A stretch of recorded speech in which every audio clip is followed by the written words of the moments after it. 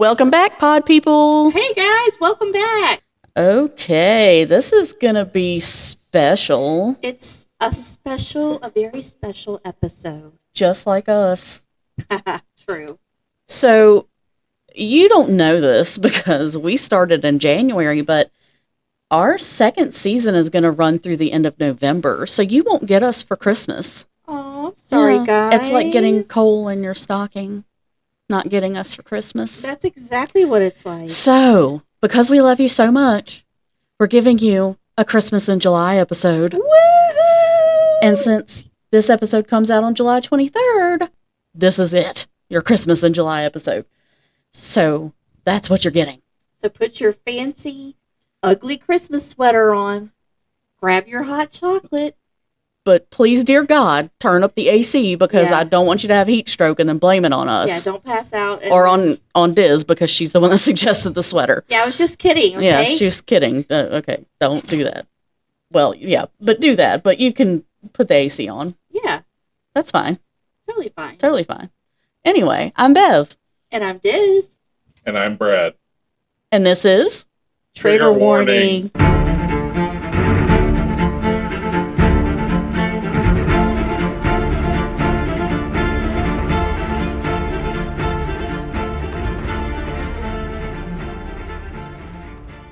Okay, so I'm sure you heard we have a special guest. On our very special episode. Our special Christmas episode, because Christmas is a time for family, even in July. And so we have Brad with us today. Hi, Brad. Hi, Brad. Hello, y'all. Yay.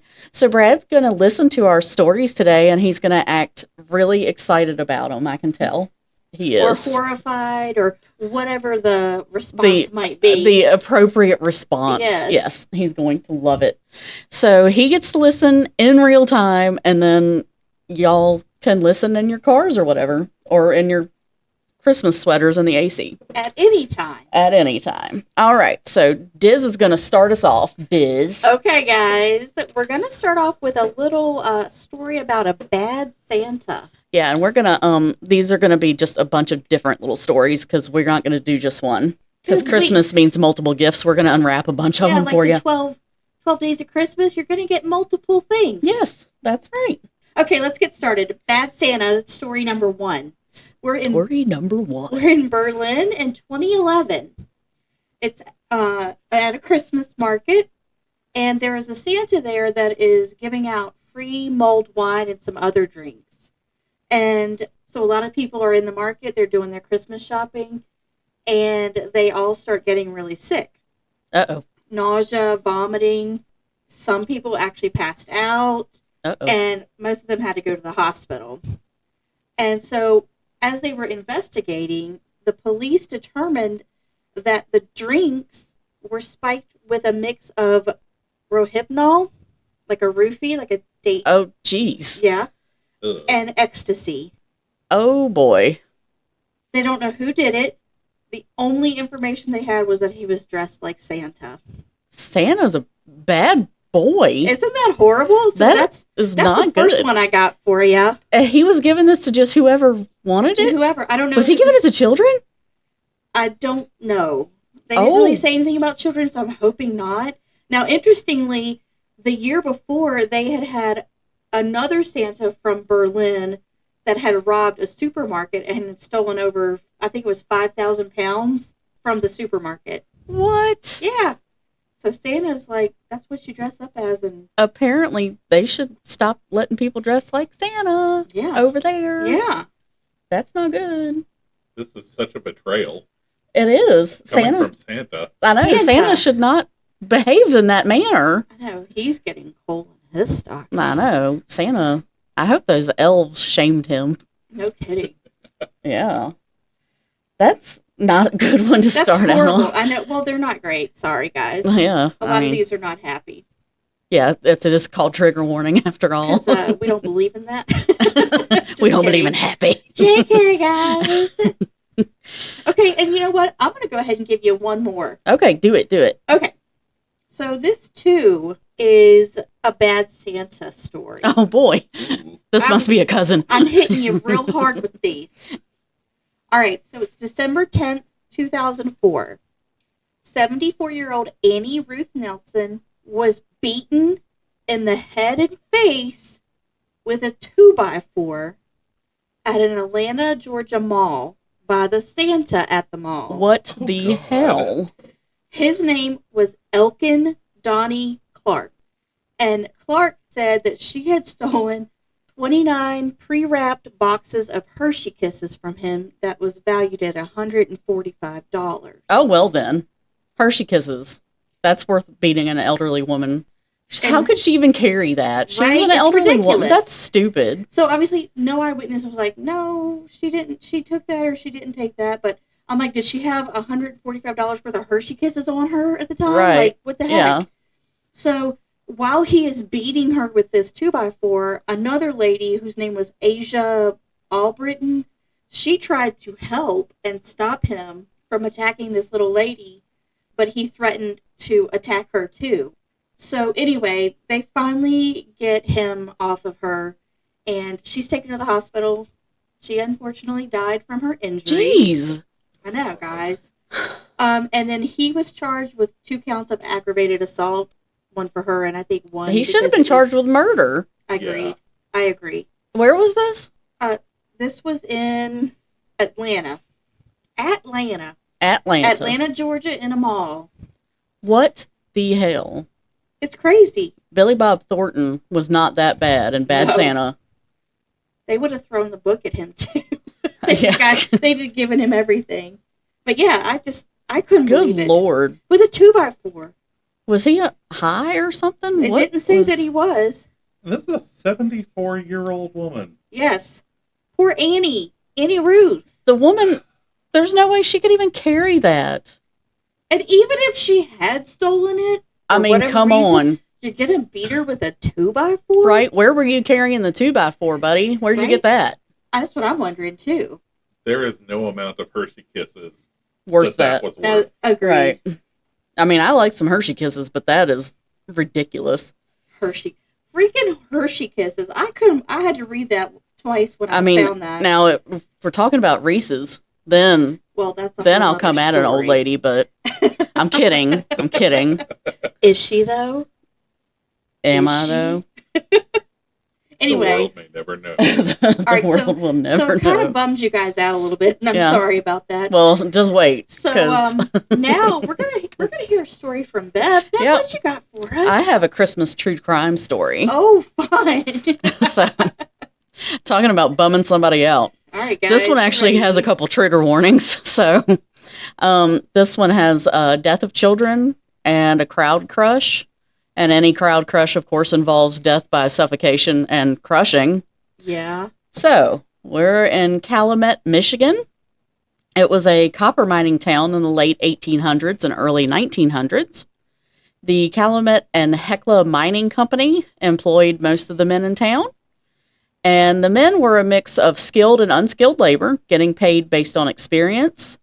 For skilled men, they were looking at about $3 a day, which is roughly $97 a day today, in today's money. Oh, wow. Unskilled men got paid about $2 a day, which is around $65 in today's money.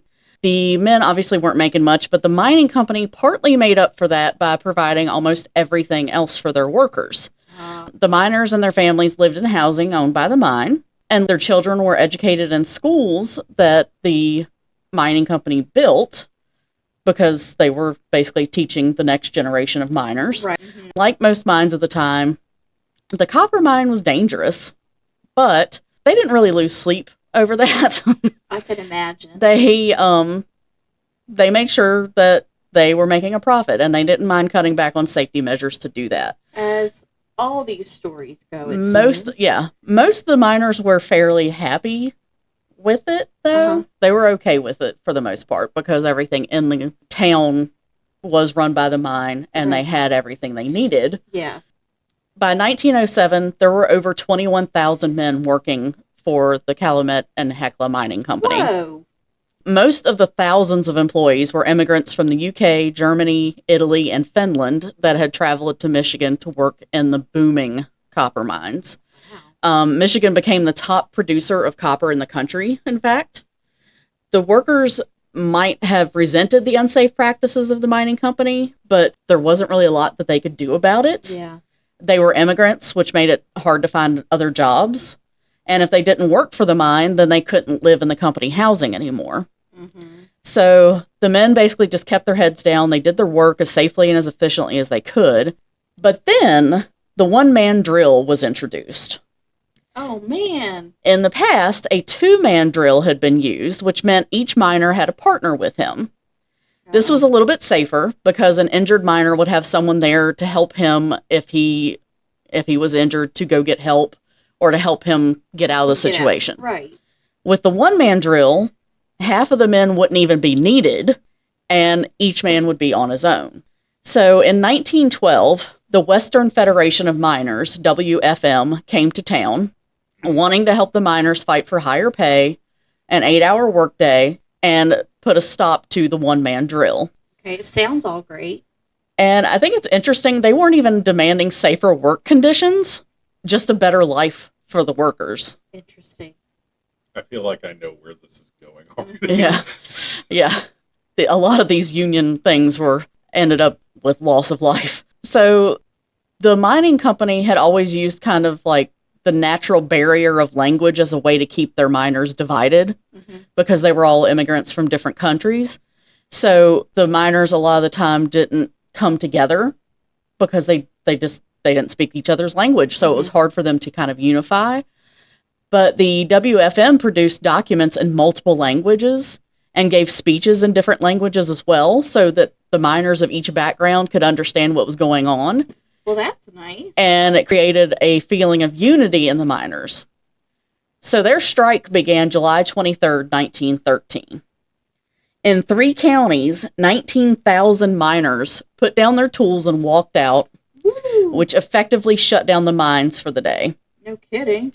Unfortunately, the mining company was rich AF, so they could hold out much longer than the striking workers. Plus, they just got more desperate immigrants straight off the ships in New York and paid for their train tickets to Michigan. And of course, when those workers got there, they had to pay back the cost of those train tickets. But the mining company could just easily replace them, basically. They set it up for them to literally take people off of the boats in New York and put them on a train to Michigan to work. They literally did not care. No. They were like cattle. Yeah. They were like, people will work, it's fine. We don't need you, we can get other people. We can always find others. Yeah. Wow. I'm sure that those people got to New York, and they're like, oh, I got a job immediately. This is wonderful. And they paid for my ticket to get to Michigan and whatever. And then immediately they had to pay that ticket back. Over the next 5 months, the striking workers, of course, had it pretty rough. So the WFM Women's Auxiliary decided to raise their spirits by throwing them a Christmas party. Oh, okay. The party was planned for the children of the miners who had suffered through the strike with their parents. And of course, they didn't have any say in the matter. The kids they went without. And it was going to be held on Christmas Eve at the Italian Hall. The first floor of the Italian Hall contained shops and a saloon. But the upper floor of the hall was a meeting hall that had enough room for a large Christmas tree and dozens of families with their happy kids.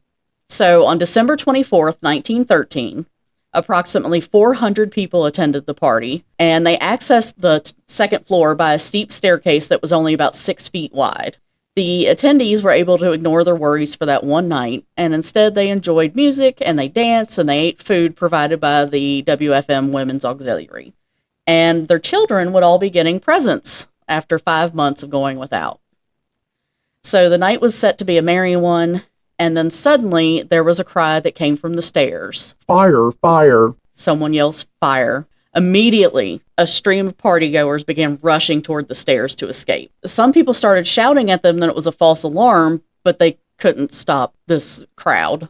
So as people began rushing the staircase, something stopped them. There are conflicting stories about what it was. Some say that there were a set of double doors that opened inward, and the pressure of the crowd prevented them from being opened. But others say that doors were actually being held closed by someone from outside. What? Either way, eventually, someone lost their footing, and a chain reaction started. The staircase filled up with people stacked on top of each other, unable to move forward because of the weight on top of them, unable to move backward because of the people behind them. 73 people died in the crowd crush that Christmas Eve. 59 of them were children. Oh, shut up. And the reason that I labeled the story as a true crime rather than a disaster is because there was no fire that night. What? But it wasn't necessarily a simple mistake either. Witnesses claim that the man who yelled fire was wearing a Citizens Alliance button. And the Citizens Alliance was an anti-union group that were fighting on the side of the mining company against the striking workers. It's not known if they were trying to disrupt the party as a joke or just to be assholes, or if they were trying to cause this kind of an event, something that would actually cause loss of life. Wow, that is messed up. Either way, the person who shouted fire in that crowded room murdered 73 people and was never identified. The Italian Hall was torn down in 1984. The sandstone archway that marked the entrance was kept intact and is now part of the memorial to the largest mass murder in Michigan history. The Italian Hall disaster is also known as the Massacre of 1913 and happened Christmas Eve, 1913. Wow. And it definitely wasn't the only one around that time. Yeah. That's horrible. And I will warn anybody who wants to look this up. It's really interesting. The memorial is pretty... The sandstone archway that marked the door is really striking to look at.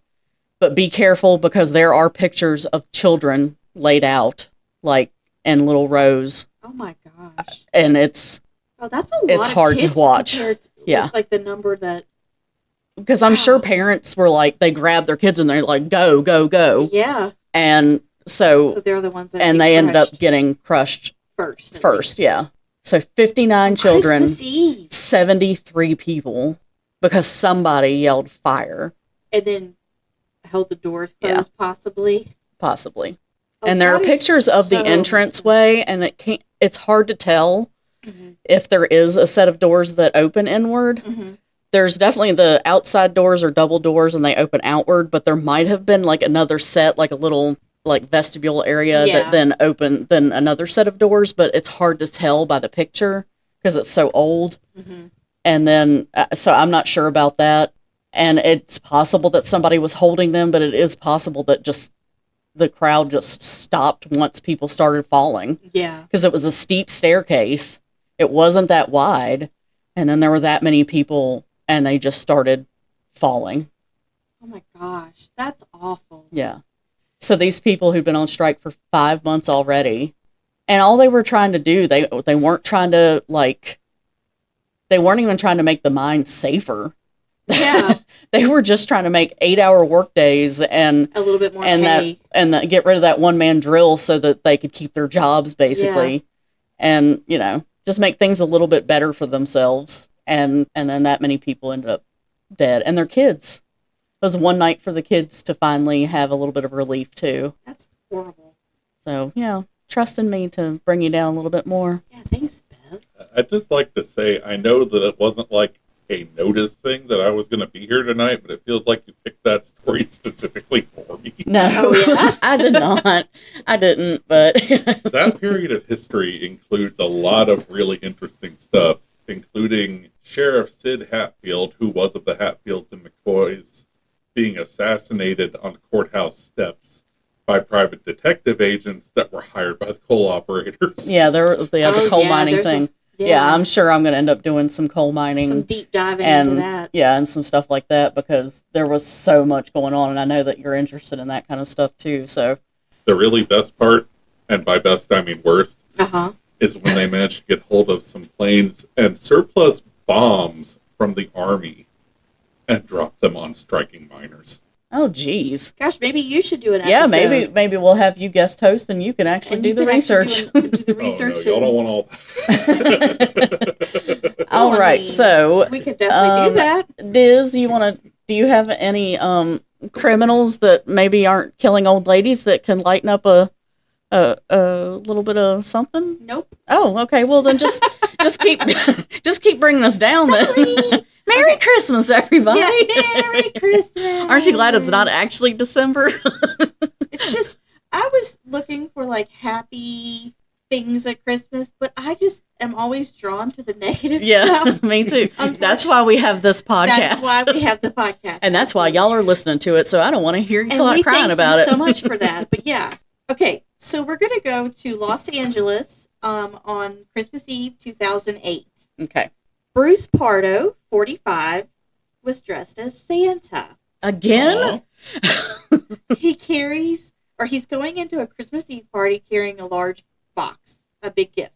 As soon as he walks in, he begins shooting the guests. So he is shooting, I don't remember how many people were said to have been there. It was a big Christmas party. After shooting, he sets the house on fire. In total, 9 people died, and then he shot himself later. They find out that when the police come, they find out that this is his ex-wife's house.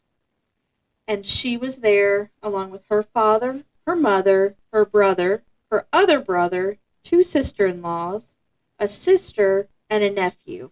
Jeez. And that was all of the victims as well. So he was... I think I've heard some of the story.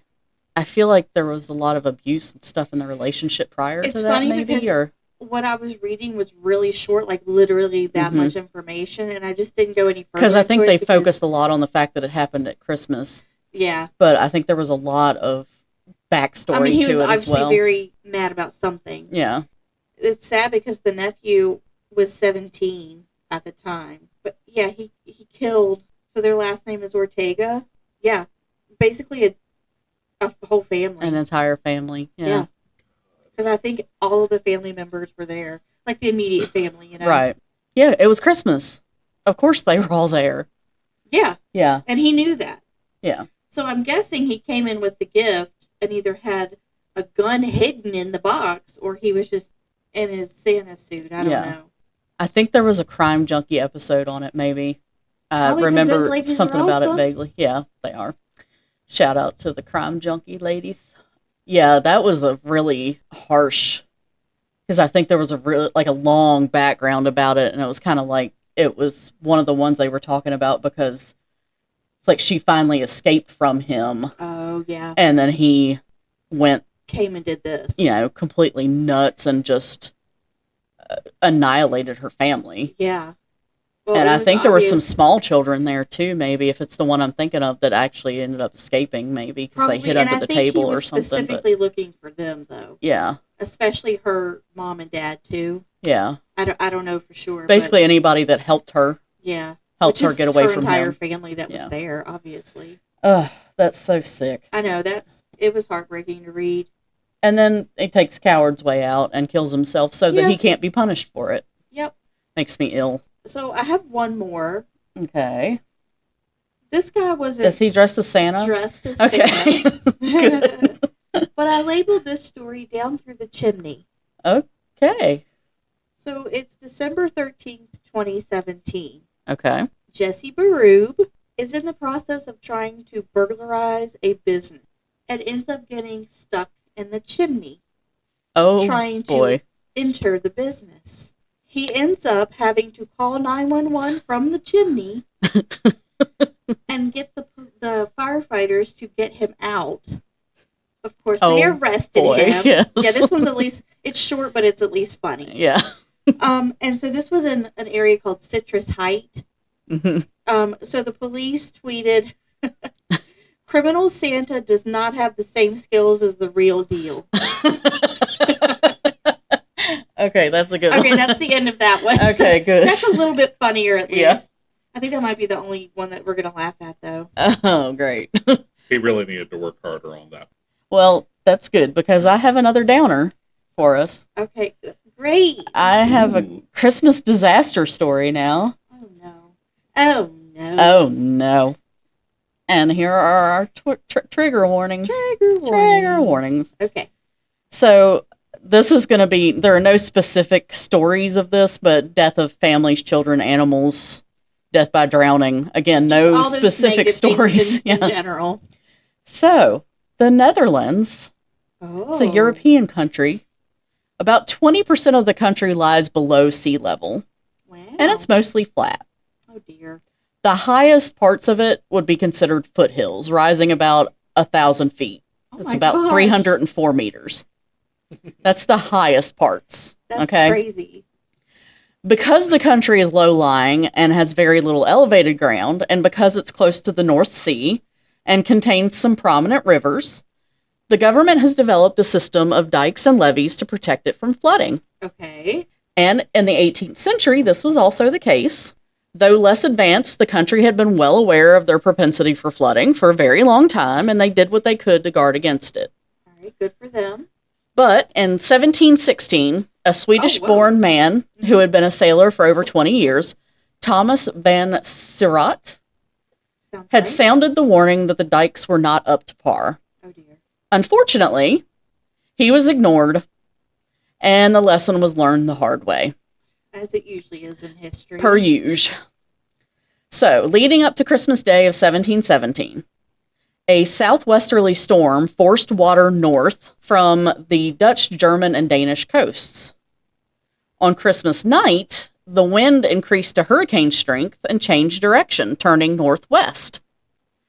So between the hellacious storm and the spring tide, the mass of water inundated the coasts of the northern Netherlands and Germany. The dikes broke, and massive areas of the coasts were flooded. Due to the flat landscape, the water had nothing to impede its journey. Villages close to the coast were simply washed away, along with every man, woman, child, animal, and home in them. Oh my gosh. The water reached as far as Groningen,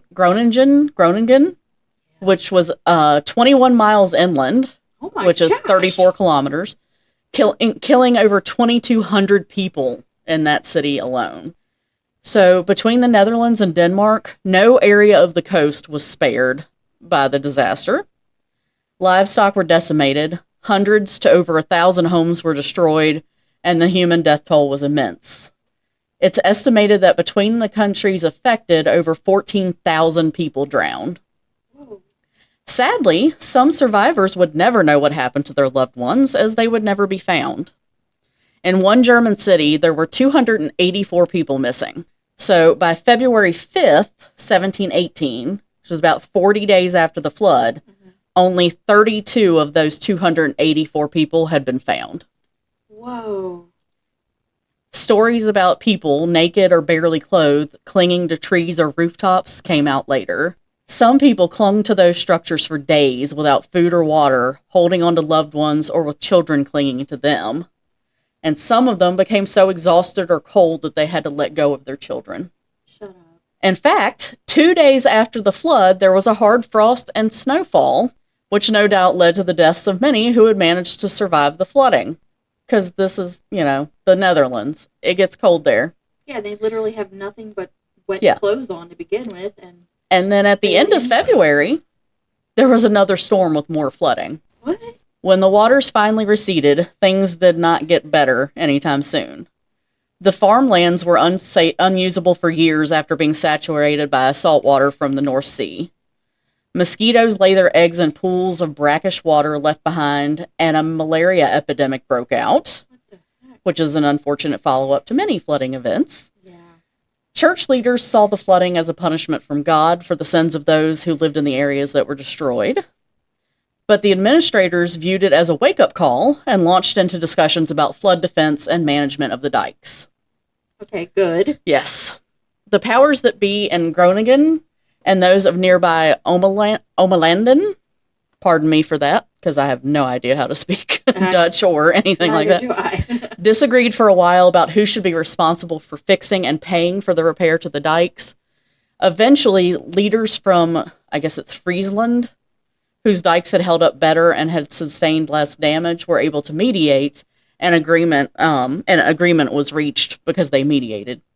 So Thomas van Sirat, who was the one who warned everybody, hey, these are not up to snuff, was commissioned to repair the dikes, and he implemented some innovative ideas that would help protect against further flooding. So he had breakwaters built to reduce the force of waves on the coast, and had the dikes built with a softer slope, so they were more resistant to the flood, the force of the water. Fantastic. So, because when they're steep, the water just hits and hits and hits, and the slopes make it easier for it to just run off, I guess. Wow, that's crazy. He also touted the virtues of stimulating salt marsh accretion.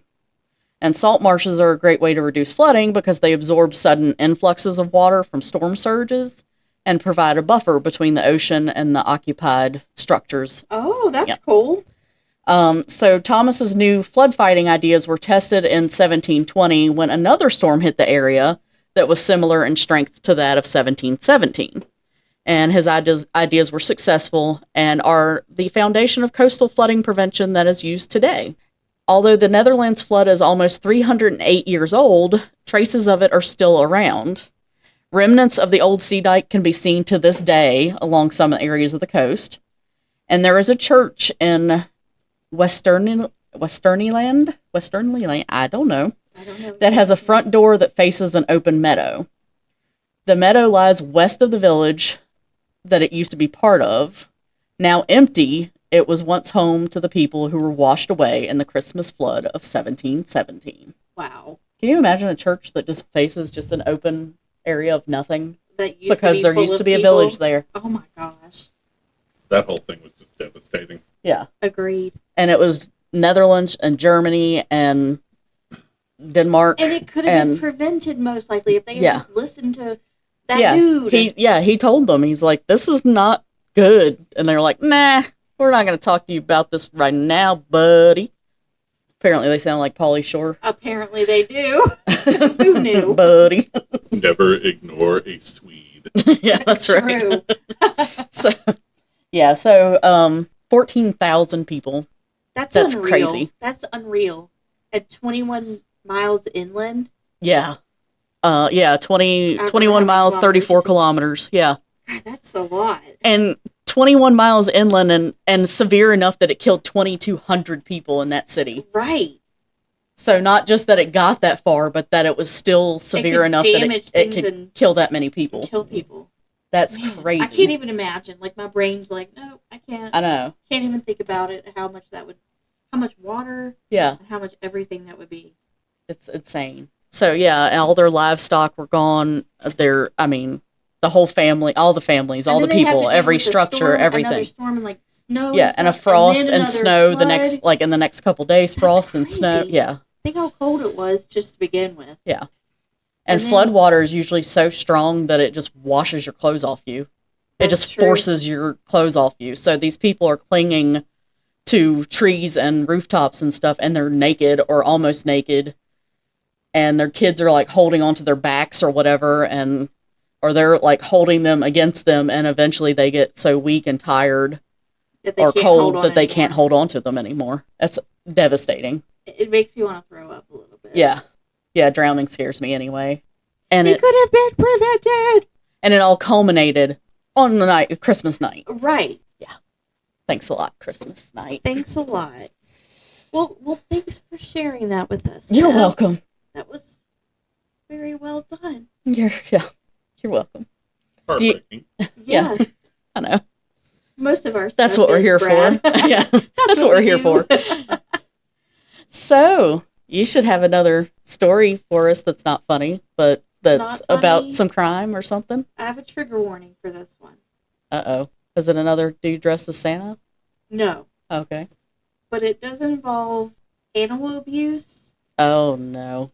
I'll just sit over here and say, la, la, la, la. I know. I was like, I don't know if you're going to want to hear this, so it's not. Just listen. Okay, here we go. We're going to go to Lucena, Spain.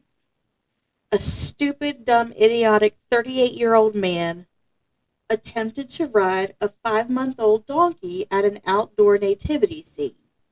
Jerkface was 322 pounds, or about 150 kilograms. What the hell? Right? I know. I saw it. There's also a picture of him. If you look this up, you can see his stupid face. Mm-hmm. And I was just like, why didn't someone stop him? So many questions. Like, what? What in the hell? Why have a 5-month-old donkey out there? Like, anyway, but why would anyone let him on that? Anyway, it's not like they were like, here, ride this donkey or anything. Right.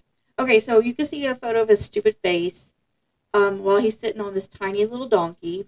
There's a picture of him on the donkey? The photo went viral, apparently. Why would somebody... Oh, my God. There's a link that we'll have in the show notes if you want to see that. I mean, he's just sitting on the donkey. It's not like horrible looking, but it's just like, you know what happens if you're going to see that. So Jerkface gets off the donkey. 3 days after he sat on the donkey, the little donkey died from its injuries. Because he probably broke its freaking spine. He did. He crushed its spine from the weight of him. That is the stupidest thing I've ever heard. I know. I'm smiling right now because it makes me so mad I want to cry. Yeah. So I'm smiling. I don't understand why somebody didn't say, that is dumb. Like, when you go, like, to tourist places, like, if anybody that's listening has ever been to Gatlinburg, Tennessee, mm-hmm. they have grown-up adult horses that you can ride as a tourist. There are weight limits for that because these horses are ridden all day long in and out by tourists, so there are weight limits. Right. And they're adult, full-sized, big old horses. Why would someone think that a man that size should sit on a little tiny donkey? Well, and the thing is, I don't think anyone wanted him to. I think he was just being a Well, I think jackass. that if there was more than 2 people there, then they should have stopped him. So I'm going to show Bev and Brad a picture. This is what it looks like. That is the stupidest thing I have ever seen in my life. And I hate him. And he should have been charged with something. They did. They charged him with animal abuse. I mean, I don't know what that would do in Spain, because that's where we are in this story, but he was at least charged. And look at his stupid... And he's like smiling like, oh, I'm so funny. And he's like holding himself up against the fence up on this donkey. Yeah, for context, there's, I think, another one there. Yes. And I mean, it's same size. Its shoulder maybe would come up slightly below the band of his underwear. Yeah. Yeah. I mean... It's little. He's a big guy, too. And so you know that thing was in pain until it died. Well, you see its ears are back. It's bad. It's just... Anyway, I almost wasn't even going to tell the story. I really thought about not doing it, because I know... What year was that? I don't know. Hang on. I'm gonna write to my congressman. I don't know. I am really upset about this. I think it looks like it was December 18th, 2014. Do we have his name? No. His address? And you notice a phone number? They like covered his eyes. Like because you know how many people would go after that man? Yeah. Anyway. Like me. I was mad about the man who killed the 74-year-old woman. But like stuff like that, because animals are just innocent. Like that donkey was just there. Like it wasn't doing anything. It was just being a donkey. It couldn't even say, "Excuse me, sir, you're hurting me." Like that's just. He couldn't even hee-haw or knock him off probably because he was a baby. Yeah. Okay. Anyway, I'm sorry that was the last. And it makes me mad at everybody around him because I would have been like, excuse me, no. Call the police at least. I would have hit him with my purse or something. My car. With a 2x4. I don't know. Something. Yes. I would have been like, here's some Hershey Kisses. Come here. Come here. I don't usually fat shame because I'm fat, but I don't. That's not acceptable. No, it made me really mad when I read it. And I thought for a while about whether I should include it because it was a little donkey. It was a 5-month-old donkey. That's so sickening to me. Yeah. You ever kind of wish the Death Note was a real thing? Yeah. Right. Oh my gosh. We need a union. All right. Well, I'm going to tell a dumb criminal story now. But not to the stupidity level of what I've been sharing. This one won't make people viciously angry and ruin their whole life. Yeah, I'm sorry if I ruined everyone's life, or at least day or night. And I'm not going to actually make too much fun of this guy, because he went about this task in the wrong way, but I think his heart was in the right place. Oh, my. So William Robinson was arrested in December 2011 at a mall in the suburbs of Atlanta, Georgia. Atlanta? I wonder if it's the same mall. He was seen using a shotgun to shoot mistletoe out of trees in the mall parking lot. Robinson was 66 years old at the time and told the police he was going to a party, and he was collecting the mistletoe to take with him. He said he usually goes out in the wilderness to gather it. He told the ABC News reporter who wrote the blog post about it that it was, quote, kind of scary to be in the back of a police car for the first time at my age. Oh my Robinson was charged and put in jail for the night, but he was released in time to go to the party. He said he wasn't able to get any mistletoe in time, though, so he had to go without it. Oh, no. And the reporter mentions that shooting the plant out of tree actually doesn't appear to be unusual. The plant is parasitic and attaches itself to the trees, which I did not know. Yeah. And also kind of makes it a little creepy that we kiss under it at Christmas. Yeah. I've heard of people, like, doing it with a bow, like archery, shooting it down, which would be a lot less frightening to everyone around. It'd be entertaining. Well, this reporter that did the blog post that I was reading said that she interviewed a staff member at one of the Christmas tree shops there that said that the rural way of collecting mistletoe is the John Wick style, like that he was doing. So, like I said, I think that this William Robinson dude had the best of intentions. He went about it the wrong way. So at a mall, you buy it. In the woods, you shoot it. That's the way it goes. Simple enough to follow. Don't confuse those instructions. So. Bless his heart. Yeah. So Mr. Robinson, from now on, in the mall, buy it. He'll in the woods, shoot it. There you go. That's too funny. Okay, that was a good story. Yeah. Yay! Yeah. Something a little bit happy. I had no idea that mistletoe was a parasitic plant. And again, it's weird that we kiss under it. Yeah. That just seems kind of creepy now. I can't remember, though. Does it actually do, like, any real damage? Or? I don't know. It wasn't in the blog post. It just said that it was parasitic and attached itself to the tree. And I'm like, but I'm sure. What? I don't know exactly when kissing under the mistletoe began, but that was many years ago. So yeah. They didn't know it was parasitic. Yeah, I don't know. I don't know anything about mistletoe except that that's the tradition. Yeah. Me neither. And I don't know where it's a tradition. Is it just in the U.S. and the U.K., I guess? We don't do anything original here, so it had to come we from borrow, somewhere that's else. true. Amen, sister. It had to have come from somewhere else. Yeah, we pick it up. We pick up all of our stuff from somebody else mostly, so. I don't know if it's still there, but down at the corner of the yard, like near the well and all that, one of those big trees did actually have mistletoe in it. I'm not sure if it's still there, but yeah. That's weird, creepy. If the leaves were gone and you stepped like a good distance away, like toward the far part of the yard to look out at, you could actually see it up in the top, the little mistletoe kind of viney looking bundle thing. Mm-hmm. Parasites in your yard. Now we know why 90s Christmas music, why the guys were always like kissing girls under mistletoe, whether they wanted them to or not, because they're parasites too. I love it. All right, Diz, you got a Christmas true crime now. All right, I got a true crime, guys. Tell us about it. Want some trigger warnings? Yes. I'll give you some death. Oh. Child death. Oh. Sexual assault. Domestic assault. And suicide. Okay, well. That's it, I'm out. The end. Merry Christmas. Just kidding. Charlie Davis Lawson was born May 10th, 1886 in Stokes County, North Carolina.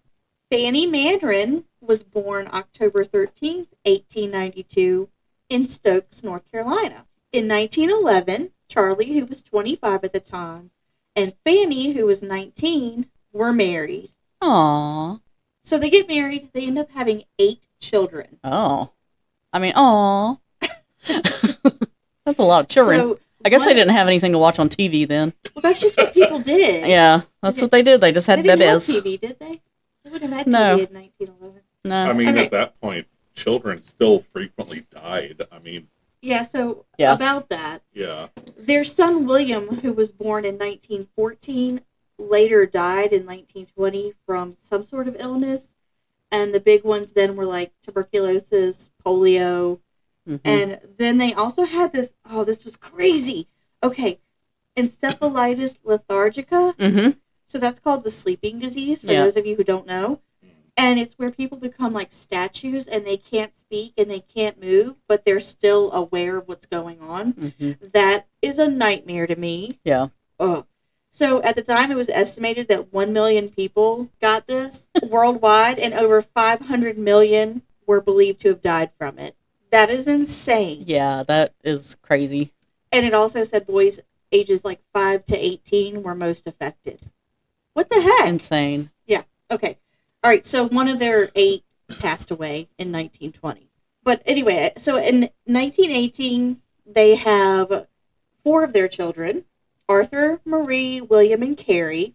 Then they follow 2 of Charlie's brothers to Germantown, North Carolina, which ends up being about 200 miles from where they are at the time. Oh, wow. That's a kind of a far ways That's to go. That's a fur piece, yeah. That's a fur piece, yeah. That's how they say it in North Carolina. In Virginia, and South Carolina, Georgia, and Tennessee. Yeah. Anyway, all right, so the Lawsons, they end up being like sharecroppers or tenant farmers. Mm-hmm. And in 1927, they are actually able to have saved up enough money they can buy their own farm. And so they find a farm on Brook Cove Road, and they become tobacco farmers. I wonder why the phrase "he bought the farm" means later like became synonymous with like that was a phrase meaning he died. Why don't you look that up and tell us one day? Okay. Cool. So a few days before Christmas, Charlie takes the family to Winston-Salem, North Carolina. I've heard of that place. Me too. To buy new clothes and get a family portrait done.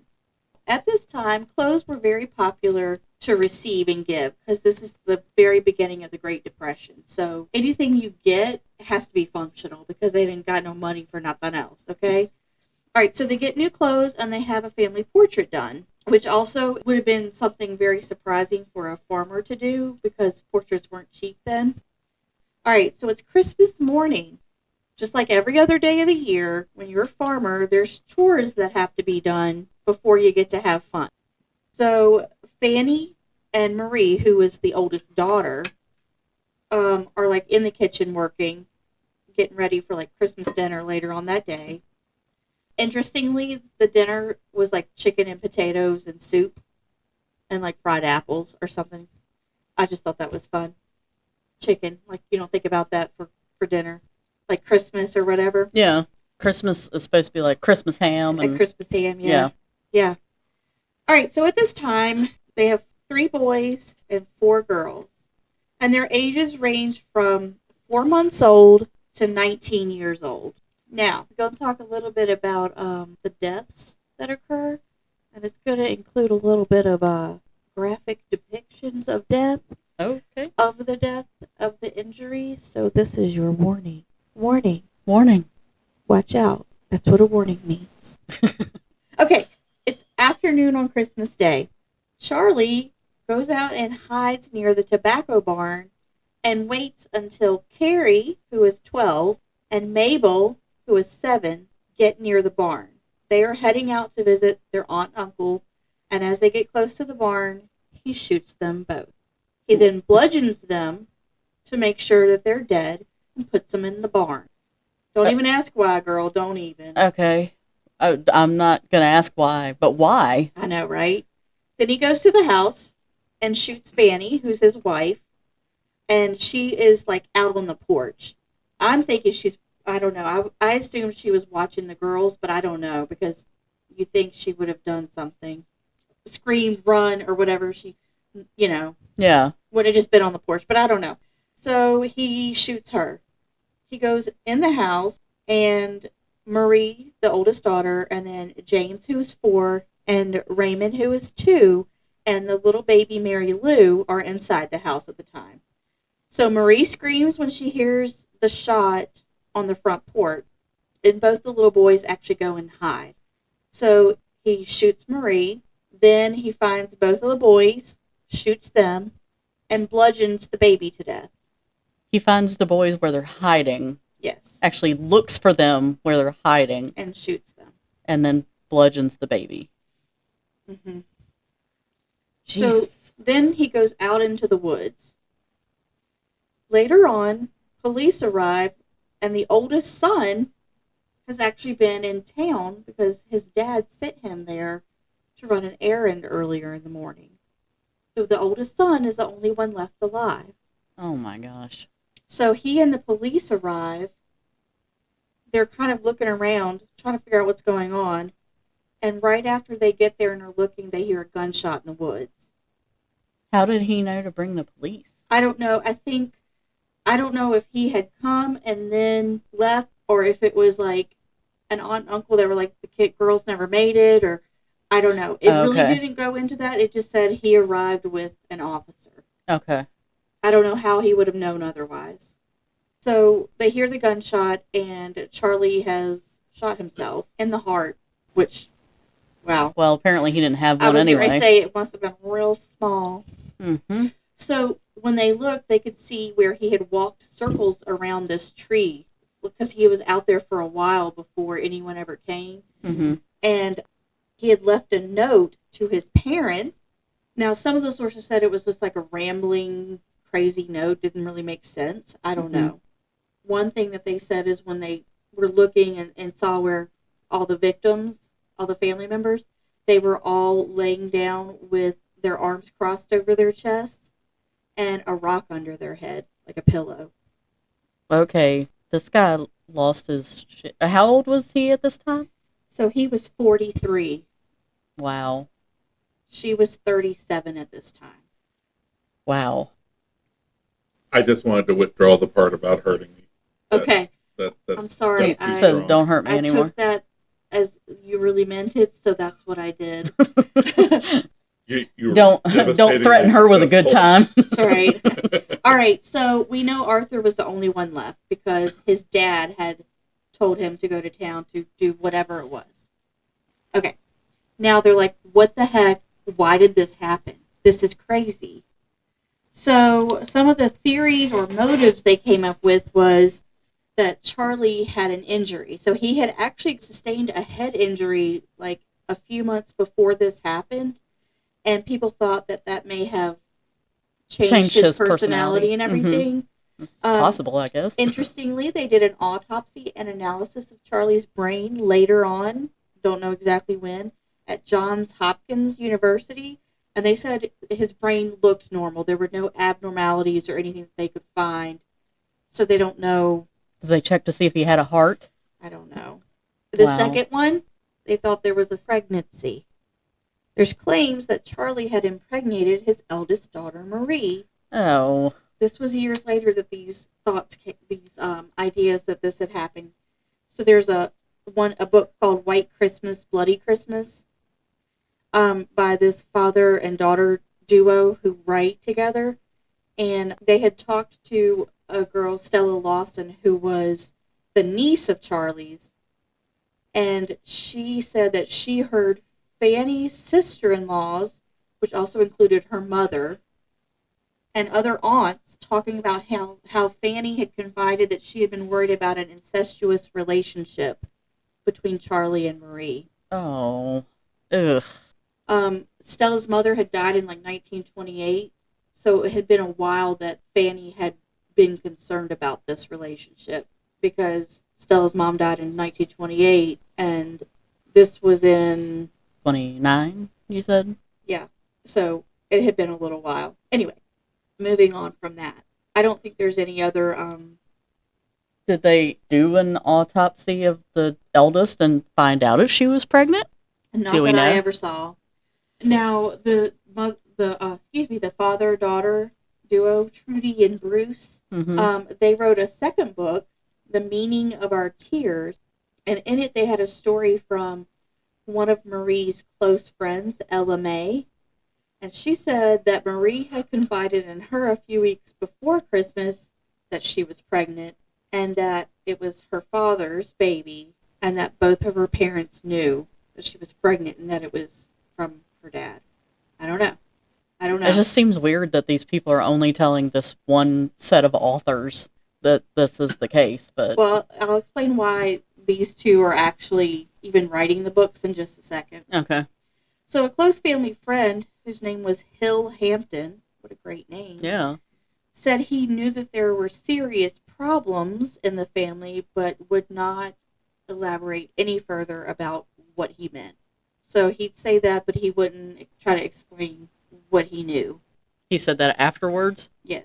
Well, it's easy to say that afterwards. Yeah. There obviously were serious problems in the family, but that's easy to say after the man kills his entire family. Agreed. That's when everyone's like, oh, yeah, we saw the signs or whatever. It's like, well, did you? Did you really? Because... Well, and I don't think there were signs. I don't know. And it's so long ago, and people, especially of the age that they would be now, don't always give the whole truth because they don't want something to seem too something or other. Scandalous or too extreme. Yeah. All right, so Bruce, the guy that I was just talking about who wrote the book with his daughter, his name is Bruce Jones. He was 8 at the time of the murders and lived near there. So he heard about it as a child, and it always kind of stuck with him. So as he got older, he kind of never got it out of his mind, and so then he and his daughter decided to research it and write a book about it. Okay. So he was actually local to the area. Yes. All right. I'm sorry, Bruce. Gosh, sorry, Bruce. Anyway. Although Bruce, if he was 8 in 1929, rest in peace, Bruce. Yeah, I guess. I don't know. Probably isn't. That means he was born in 1921, so he'd be like 104 now if he was still alive. So it's possible. It's possible, but if not, rest in peace, Bruce. They're hardy people down in North Carolina. North Carolina. Okay, so the aftermath. After all of this has happened, Marion Lawson, who is one of Charlie's brothers, opens up the house as a tourist attraction and charges 25 cents to walk through the house. You'll understand why in just a minute. A cake that Marie had baked that morning for Christmas dinner was still in the kitchen and was kept for quite a few years on a cake stand under a little glass dome. They ended up having to cover it with that little glass dome because people were stealing raisins off of it as like a little trinket from going to the murder house. What in the hell? Okay. That is a little souvenir. Up. We're going to have people wondering what the heck you're talking about with the raisins on cake here, but y'all got to understand this is the early 1900s. Yeah. Yeah, raisins on a cake, man. That was hot stuff. Man. Yeah, that was especially it's the Depression. Yeah, it's the beginning. Depression so people era. Didn't have a lot. So, and most of the cakes would have been like dried fruits and stuff anyway, because that's just what they would have had. Yeah. Just wait a few years until you get into the gelatin aspects and stuff when they were putting meat and vegetables. Oh, that's Jell-O. So gross! I can't even. It was a weird time. Too bad they didn't have Hershey Kisses. Yeah. They could have put Hershey Kisses on that cake. They could have, yeah. Now, the proceeds from all the tours, they gave to Arthur, who was the surviving son. Okay. So he would have money and everything. Because I was like, oh that is a lot of people to bury and pay for and stuff. His entire family, like immediate family.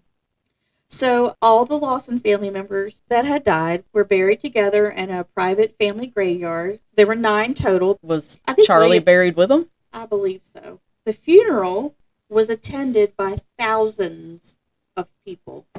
Because some of them were looky-loos and were curious. Yeah. So Arthur ends up getting married. He has 4 kids. But unfortunately, in 1945, he is killed in a car accident. That's sad. Now, I like true crime. So I was looking, and an FBI agent was talking about this dude, and they kind of had a profile. Not like Criminal Minds profile, but they were... legitimate one? Yeah. A right one. So this one FBI agent was talking about how when someone kills their entire family, they're a family annihilator. And this guy, his name is Brad Garrett. He was a former FBI agent and ABC News contributor, so he knows his stuff. Yeah, he does. Okay? And they said that Charles was fit that profile to a T. Mm-hmm. He was a white male in his 30s. Usually the motivator for a family annihilator is like a perceived change of status for the family. So that can mean like if there's financial issues or a threat of like separation or a scandal or losing custody. Yeah. Mm-hmm. Or he said the risk of exposure of an quote unpleasant personal detail, like domestic abuse or sexual abuse. And a lot of times they feel like they're sparing the family from having to live with this. Did he have any, and you may be about to tell me, and I apologize if I'm jumping the gun, but did he have any ideas on why he sent his eldest away? No. Nobody really talked about that. I wonder if it was a thing of sending him away because he legit needed him to run an errand, and then later on he kind of snapped. I just think he probably had it planned. That's why he took him to get clothes and a final family portrait, I think. Maybe he knew he couldn't, like his eldest was strong enough to fight him off or something. Possibly. Or maybe he just couldn't do it to him for some reason. Yeah. He's like, he's my boy. You're my boy, Blue. I think that's from a movie. That would be Jurassic World, I believe. Oh. Blue is a girl. That's a good point. Yeah. I think that's from Remember the Titans. Okay, you could very well be right. I've never seen that. I have, but I don't remember. That's like a lacrosse movie or something, right? This is one of those sports ball movies. Anyway. Okay, gosh. they don't really know for sure really know. why he spared his eldest, or if he really intentionally did. Correct, right. We don't know anything more than what they've said, unfortunately. Too bad he didn't write in his rambling note why he did that or didn't do that. So some stats and information, because I'm a stats girl. Mm-hmm. I like stats.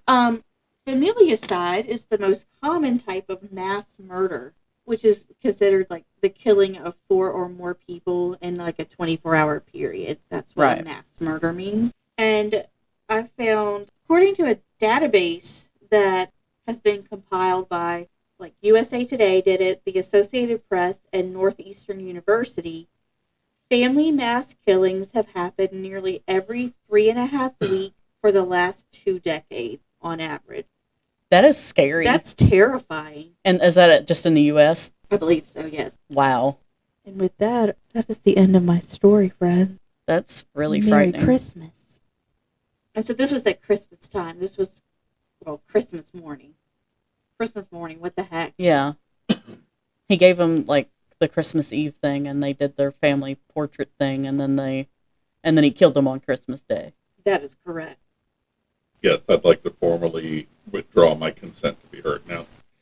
Yes, it has been noted and withdrawn. You must take away the previous pain.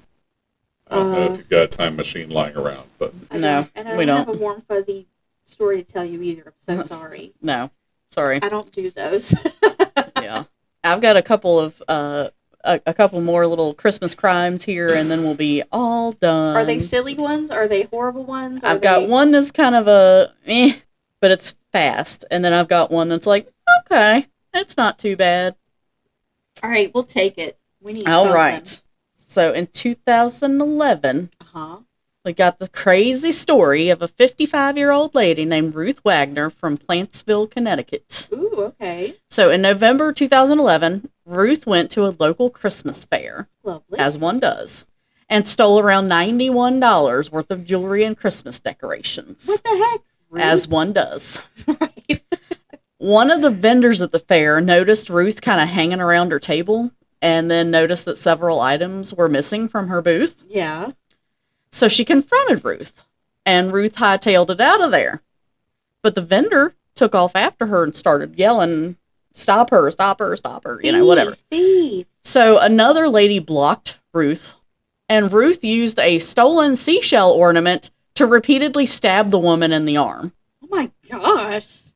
Ruth managed to escape, but someone actually caught sight of her license plate number and reported her to the police, and she was arrested. You are a rock star, whoever did that. A piece of the seashell ornament had broken off in the lady's arm, and she was treated, released. It was, obviously not life-threatening, right, but she was wounded.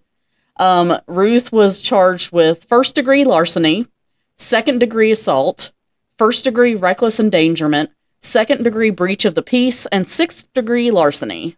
Heck yeah. All that for some Christmas swag. And she didn't even get a PlayStation out of it or anything. So ornaments and such. Ornaments and jewelry. And then she can't keep any of it. It's all evidence. Yeah, she didn't get none of that stuff. All right, well, I guess it can be at a Christmas fair too. That's crazy. Usually people have their little booths set up with stuff that they handmade, ornaments and stuff. This lady probably literally walked down the beach, picked up a seashell, and painted Santa on it or something. Right, that's what those kind of things are. I love those kind of fairs. Yeah, they're fun. It's amazing what people can do. I'm I'll pay $15 for that free seashell you picked up off the beach. That now has Santa on it. Actually, I don't like to, especially Rudolph. After your stories. I ain't buying anything with Santa on it. I don't know. Yeah, a tree, Rudolph. A cat with a tree. A star. Paint a star on it.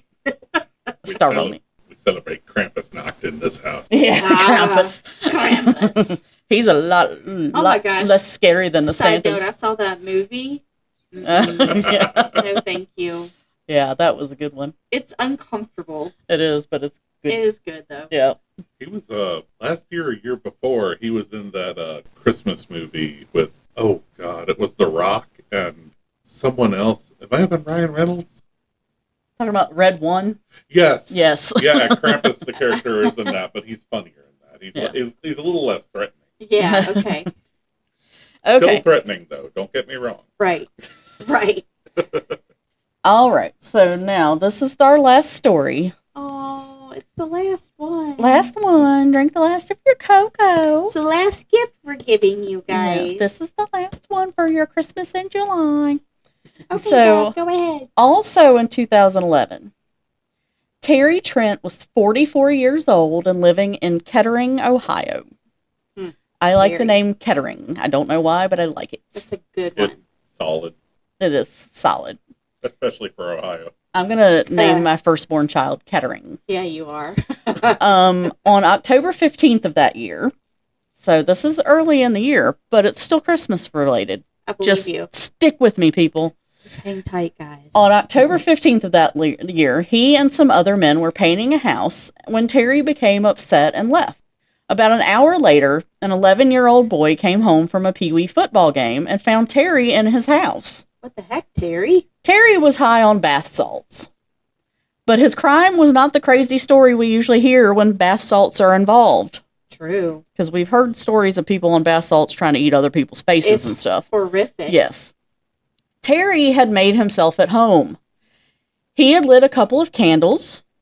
He had put up a Christmas wreath on the garage door. How lovely. And he was watching TV with the volume up really loud. What a great So the boy called his mom, who was actually at the next door neighbor's house, and she called 911. And Terry was actually really polite to the kid and told him he was sorry that he scared him, and he said he would get his stuff and go. The police arrested him on burglary charges and discovered he was carrying a pocket knife. Okay. But he was taken into custody without incident. Yeah. A coworker of Terry's said that Terry is actually a very caring man who was involved in Boy Scouts and a local church program that helps convicted felons in prison. Oh, how nice. He did have a criminal history of drug charges, but it sounds like Terry didn't mean any harm. He just found himself in the Christmas spirit. Maybe he got the bath salts for Christmas the previous year. Yeah, maybe that was in his stocking. Yeah, maybe he just was like, oh, I forgot about those bath salts I got for Christmas last year. That is crazy that he was so, he was nice and chill. He hung up a Christmas wreath. He just was like, he had lit a candle. It was sitting on the coffee table. He lit another one. It was in the kitchen table. How did he get into their house? I think he just came in through the back door. Lock your doors, friends. Yeah, I don't know, but they said he'd use the garden hose. I don't know if he watered their yard or what, but, he hung up a Christmas wreath on, the back garage door. And he was just watching TV with the thing up real loud. Yeah. Just being a little loud. And the boy called his mom, and she's like, what do you mean you don't know if he has a gun or a knife or whatever? And she called 911. Lord. And he went with the police without, any fights or anything like that. They just found that he had, a pocket knife on him, which people carry that. That's normal. Yeah. He was just trying to decorate. He was trying to help. He was trying to get in the Christmas People spirit. were making comments on the stories about, man, I would have invited him back and been like, could you do the outside lights for me next time? Be like, you're welcome back, but only if you're sober. Yeah. Right. No more bath salts for you, because you never know when you're going to turn into the face-eating type. It's going to be like a zombie. Yeah. You don't want the zombie bath salts. Yeah. Zombie bath salts. No good. No bueno. Or that crocodile stuff. Oh, yeah, the stuff that makes you look... Heard. Oh, it's crazy. Yeah, I've seen that stuff. It makes you what? It, makes you... Crazy? It actually eats some of your skin, I think. Shut up. And it makes you look weird, and then you act like a crazy person. I don't know. I'll show you some pictures. Yes, I'm going to need some pictures. Yes, I'm going to need some pictures later. I don't know if the machine can handle the squeals of disgust. Yeah. Probably not. Probably not. Yeah. So anyway, that is our Christmas in July episode, everybody. I hope you enjoyed it. I don't know if you'll get one next year, but probably so. Probably so. If you liked it. If you don't like it, keep it to yourself. It's too bad because it's done now. And we hope you guys have a very I kind of merry enjoyed doing this. July Yeah. Christmas. Yeah, have a happy July Christmas. And also have a fantastic, amazing Christmas in December. In Christmas At time. the Christmas time. Yeah. And yeah. But we'll tell you that in November when we sign off at the end of the season. November. Yeah. So. And Brad, thank you for joining us. Yes, thanks, Brad. It has been an honor and a privilege, ladies. We are so glad you came. We hope you enjoyed yourself. We're sorry we hurt you. Oh, God. Yes, I'm so sorry that we hurt your heart. But not too sorry. I'll be all right. I'll be all right. I only cry when it's happy things, usually. Okay. Well, then you're safe here. Yes. We might have a little funny, but we won't have happy. Yep. Okay, anyway, guys. Thanks for listening, friends.